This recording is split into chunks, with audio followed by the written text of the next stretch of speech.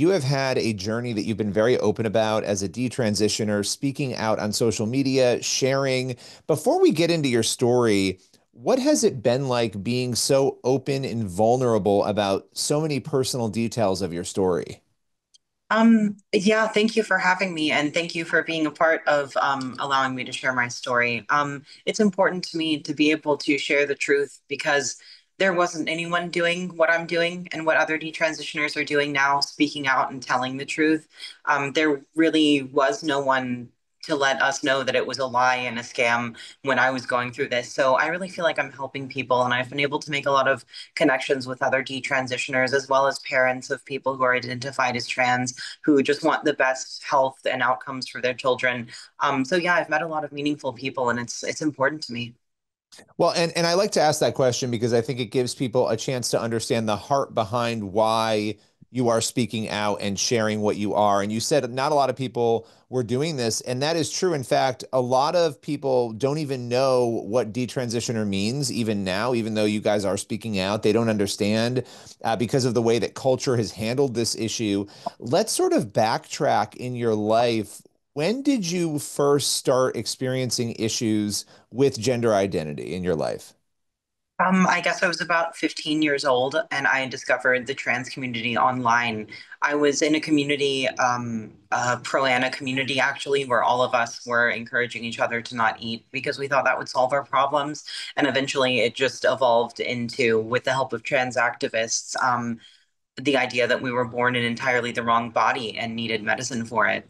I was 15 when that started, and medicalization began at 16 with Depo-Provera to stop my periods, and then testosterone at 17. And then just a year later at 18, I had both of my breasts removed. So this happened very quickly. How were people around you responding to that? Friends, loved ones, relatives? What was sort of the reaction around you as this was going on? I mean, there was a lot of chaos in my life. I was dealing with trauma at the time, and there was turmoil in my home. So, I mean, the doctors that did this to me really found me and my family when we were vulnerable and we needed help. So, I mean, it was panic. It was, I don't know what to do. I want my child to be okay and stop being suicidal, and we need help. And, the desperation of my parents was totally preyed upon. They were blackmailed and all of that, but no one really knew what was going on or what to do. So you're going through this journey, obviously, to help put people, and I don't want to speak for you, so correct anything that I'm saying that you feel is incorrect or wrong. You're going through this journey, you're struggling, you're looking for solace, for peace, for some exit from the way you were feeling, and you're going through these procedures that are very serious, whether it's the medical, the medicine piece of it, stopping your period or going through actual surgeries. When you were going through all of this, were you getting any relief? Were you feeling better? What was it that sort of initially kept you moving in that process? I mean, my doctors gave me a lot of false hope. I really, really, truly thought that I was going to transition into a man, like have a full sex change, and that all of my trauma would be gone and my mental struggles and illnesses would be cured by this. I thought that all of the problems I had were caused by being born in the wrong body. And I derived a lot of hope from the idea that these problems had a quick fix and a cure, that I could just take medicine and have surgery, and then everything in my life and my family would be okay. And on top of that, testosterone is an anabolic steroid, and I was very depressed, and then I was given steroids. So I experienced an increase in energy and motivation and confidence, but that also came with dangerous recklessness and all of the physical side effects that also accompanied the testosterone, like PCOS and pre-diabetes and all of that. But none of these medical conditions that were starting to occur as a result of the testosterone were ever taken seriously or even mentioned or looked at. It wasn't until detransitioning years later and being like, wow, I'm not a man, I'm in the unhealthy body of a woman, did I, begin to even get help for these issues.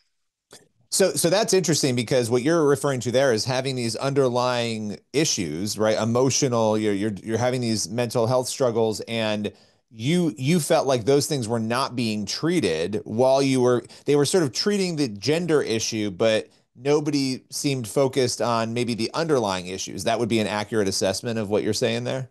Yeah, absolutely. I mean, as soon as I said the word gender, all medical ethics just went to the side, and I was being fast tracked down like a pipeline of gender medicine. Just, they say gender affirming care is life-saving care, and they act like it's so vital and just rush you down the pathway and change your body. And it's like it was we were in a crisis. Yeah, yeah, and you're being ushered and pushed. And in talking to a lot of detransitioners, it's a very similar experience that I've heard from others. Now, when okay, so at 18, you have the surgery that you mentioned. How long was it that you attempted to live as a man? How many years went by in this process? I was on testosterone for 7 or 8 years and living that way, just fully dissociated from myself and depersonalized and not living in reality. I spent a number of years as an adult, not really functioning as an adult. I had a partner who took care of me and uh, made my doctor's appointments for me and stuff. And I really wasn't functioning or thriving in any way, which is true of a lot of people who are trans identified. There's no focus on having a good or healthy or whole life or being able to have healthy relationships or a career or anything like that. The entire goal is that the patient doesn't kill themselves and everything else goes to the wayside.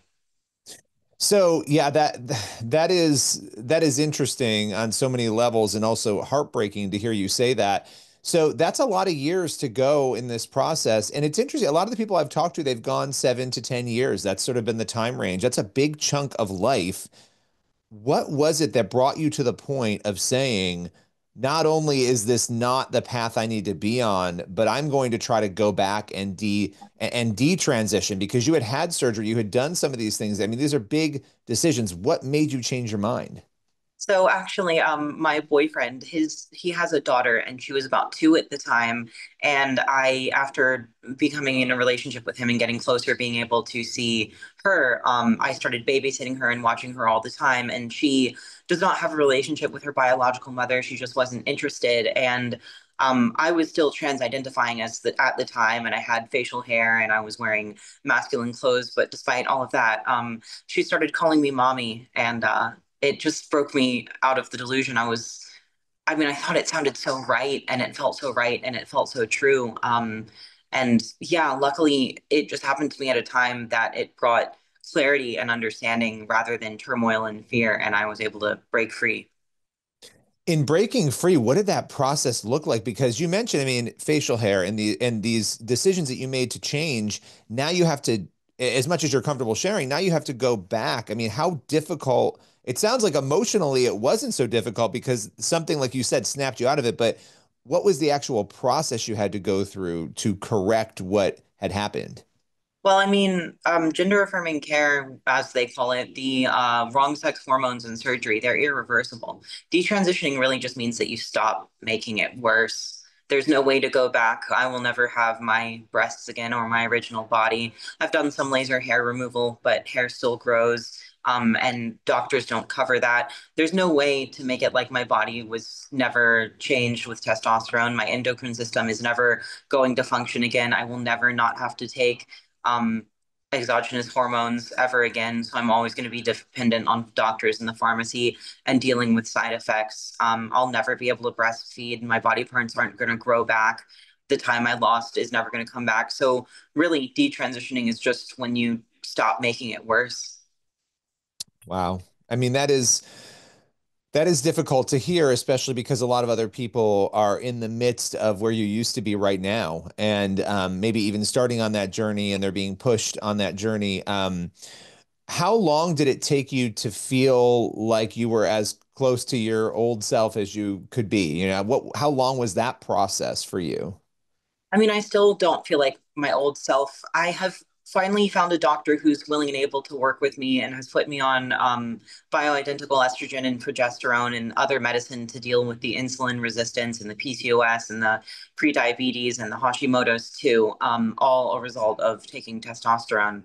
And I have lost a lot of weight, which makes me feel better from fixing the diabetes issues. And I have some less cysts on my ovaries, so I'm in less pain and things like that. But I mean, I don't sound like myself when I talk. It's a different voice in my head.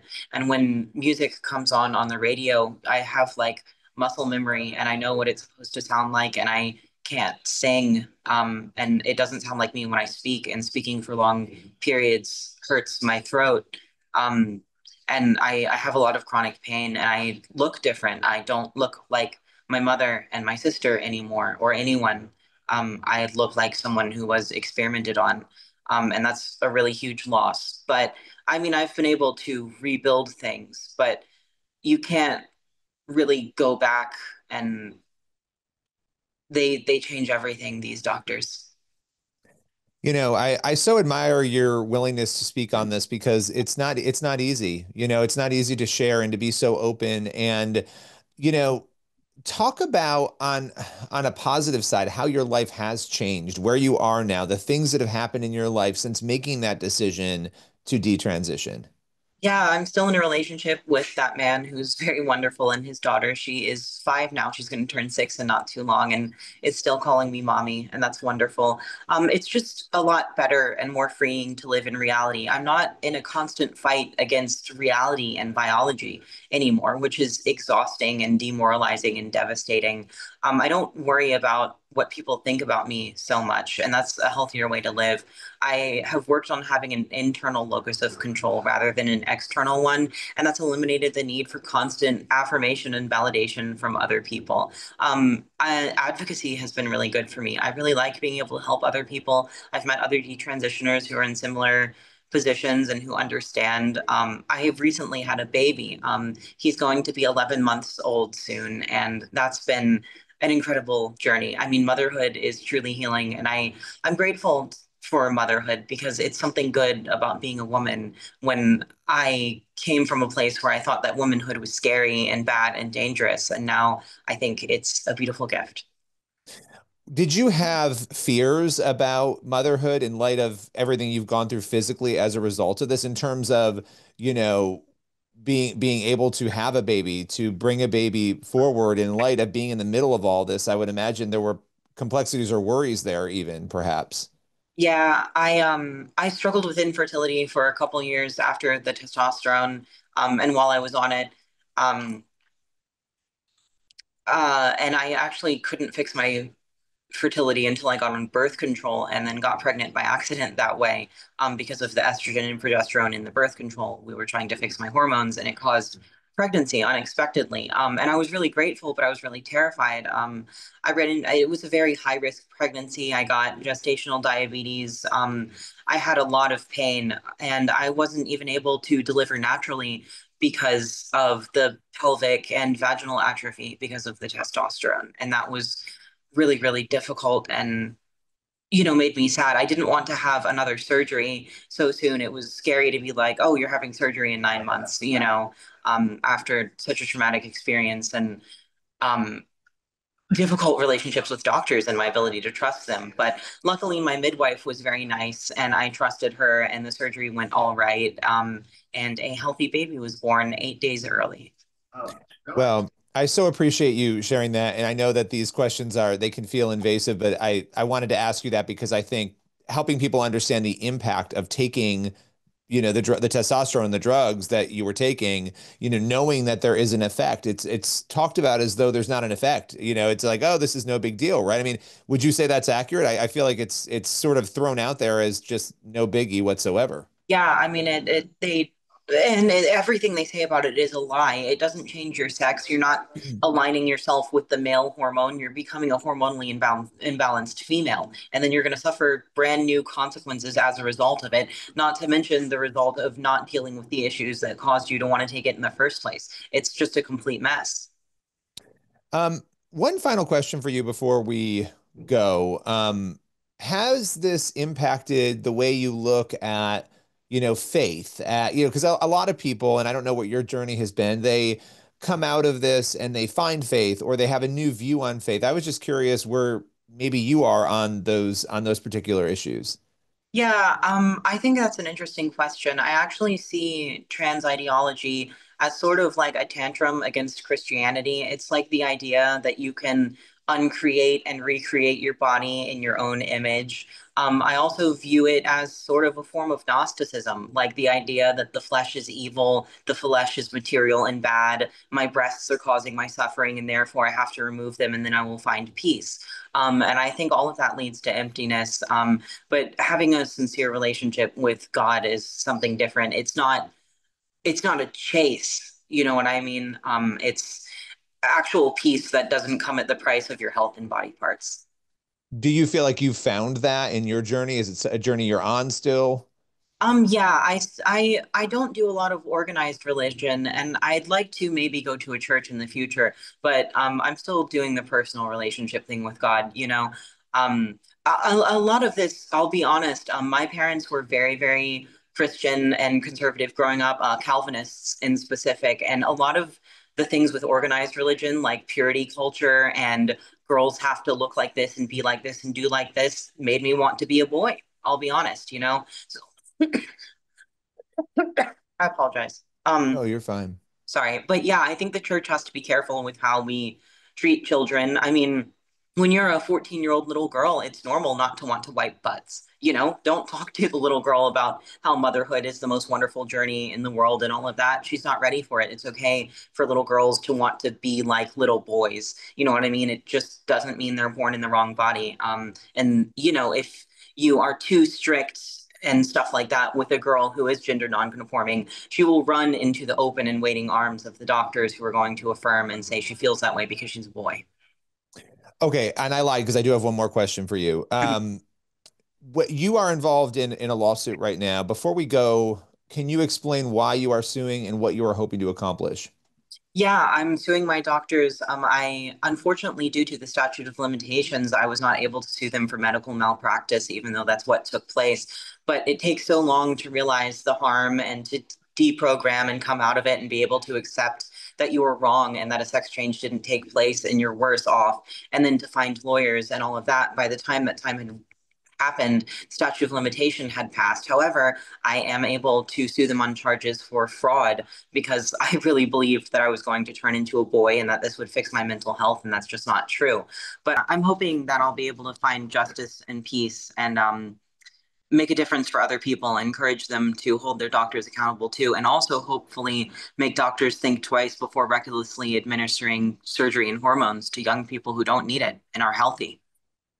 Well, I so appreciate you taking the time, sharing very candidly your journey, and we'll continue to follow with you as that lawsuit unfolds. Thank you for joining me today. Thank you for having me. I appreciate you.